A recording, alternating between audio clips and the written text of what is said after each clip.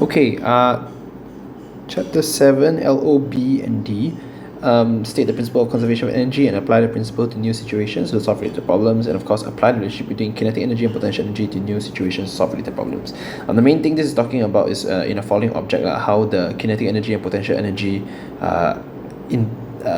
change. So from high object is GPE, max GPE, and then as it falls, the GPE gets converted to KE, while the total energy remains the same. So really, this LO is kind of subsumed, to me it's subsumed under the principle of conservation of energy lah. So I won't really talk about this, I'll mainly talk about the principle of conservation of energy.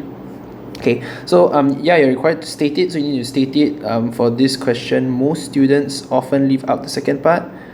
Energy can be created, destroyed, can be converted from one form to another. Okay, it's only the total energy in an isolated system is constant that most people leave out. So remember that part, right? What does isolated system means? Means in a closed system, in a system that is isolated from other energy additions or subtractions. Okay, so in the whole system, if you calculate the energy is not created, destroyed, it's only converted, the whole total amount remains the same. If assuming no energy is added or is leaving the system. Okay.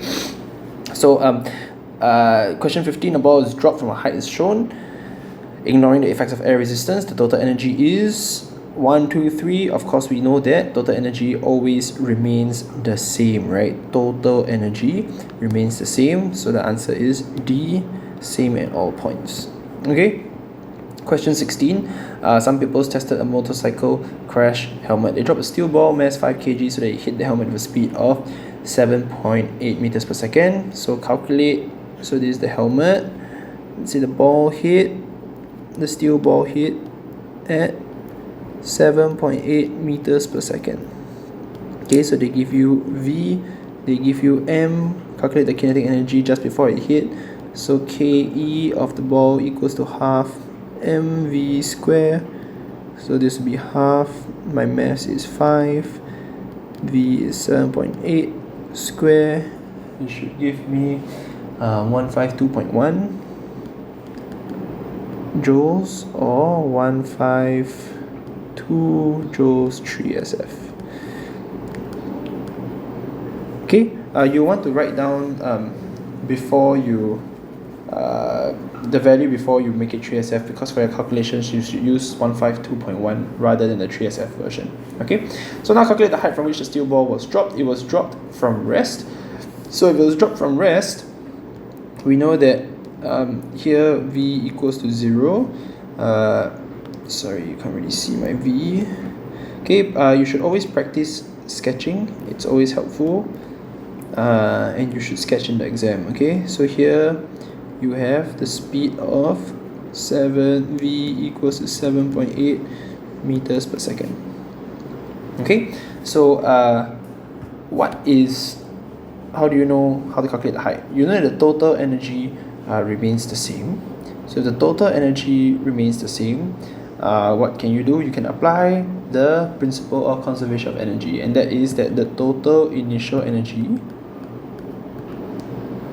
must be equal to the total final energy, or really total energy at any other point of time. So in this case, when total initial energy is the top, let's say this is the initial, this is going to be my final. Okay, so total initial energy and final energy, you know, depending on the question, you might have different you might have like heat, or thermal energy. You might have different forms of energy, but for this question and most calculation questions, you only have KE and GPE lah. So but I'm just going to write it out. Actually the answer I already wrote it out in full, but I'm going to write it out again because I want to show you the full steps of the working, right? So KE final plus GPE final.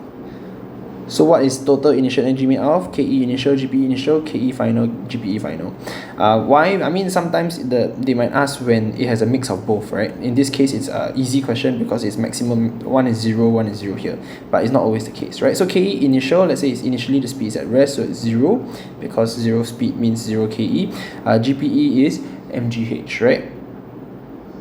With the h being the maximum, the initial height. KE final, you've already calculated that to be 151.2 joules, and you know that your GPE final is 0 because you're at the bottom. Okay, so the height, to find the height is simply 152.1 divide by mg, which is your mg, your m is 5 and your g is 10, and this will give you 3.04 meters. Right? So state the form of energy that the ball had before it was dropped. The form of energy the ball had before it was dropped. Right, so obviously this is just gravitational potential energy.